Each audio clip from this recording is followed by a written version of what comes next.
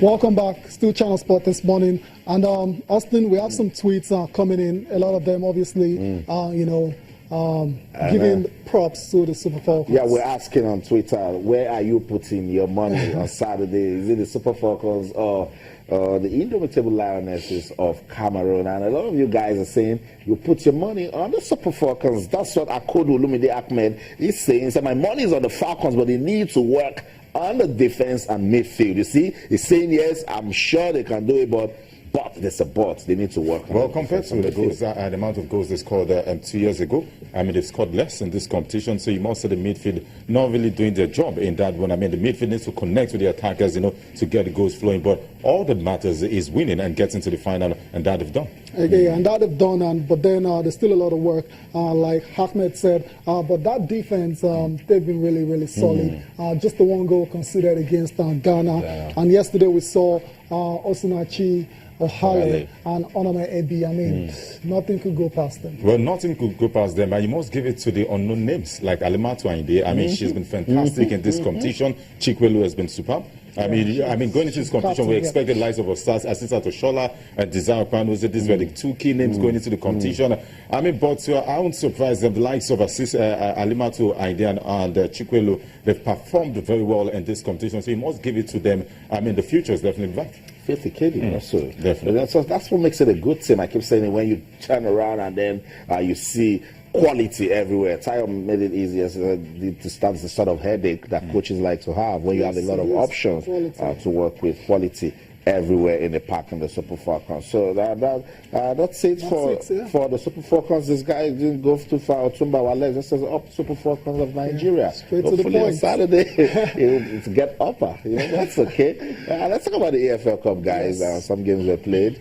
And that's one. Yeah, 2 games played. You saw Liverpool struggling. Yeah, it was a struggle, really. 2-0, he ended against Leeds United. And All City, managed to beat Newcastle United 3-1 on penalties after scores ended 1-1 in regulation time. I mean, which of these results is a surprise to you? Newcastle running away with the championship, but then losing to a struggling All City. Well, I think it has to be Newcastle United. I expected more going into the game. Yes, they struggled against Blackburn over the weekend, but they've had a fantastic run in the championship. They look likely to make it to the Premier League come next season. Rafa Benitez is doing a great job and has done well in trying to keep most of their key players, like Isaac Perez still with the squad and some other key players. But going into this game, I expected more from them. Yes, it was goalless after 90 minutes. But trust me, going into the championship, all that matters for them at the board of directors is take the club back to the Premier League, and that's all that matters. But for Liverpool, you must give it to Divock Origi. I think he's in fine form as we speak, back-to-back goals. Yes. I mean, trying to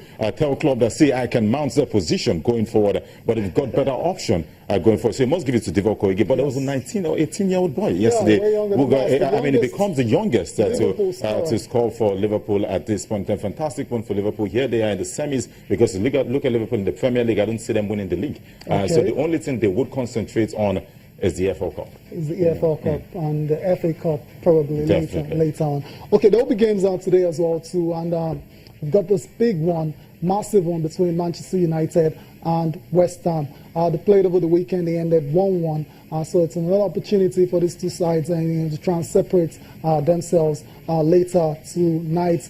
Jose Mourinho is under pressure. There's no doubt about it. I mean, a lot of games have been playing at home, dominating these games, but they're not turning that dominance into victories. I'm sure he wants to get a win in this particular one. Well, I think Jose is killing himself. I think Jose is killing himself. You look at Manchester United, for the first time they drew 4 games in a row since 1980. That makes it 36 years ago. I mean, if they draw against West Ham United today, it will be the first time Manchester United will draw 2 games in a row against the same team in 39 years. I don't think Manchester United want to entertain such records at this point. And Paul Pogba will be missing. Michael Carrick comes in. Fantastic one for them. They've got good options. So I expect United, with the Arsenal, they would be fielding tonight to get the job done. Yeah, they would get the job done. But I mean, you've seen these 4 games we talked about. A lot of chances created, a lot of shots on target. But they can't seem to find a way past the goalkeeper. I mean, do you think just that's down to confidence, or is it just a lack of quality, Well, I think the difference between the crop of players United have got at this point, or probably their style of play compared to what we had under Sir Alex Ferguson. Under Sir Alex Ferguson, anyone can score.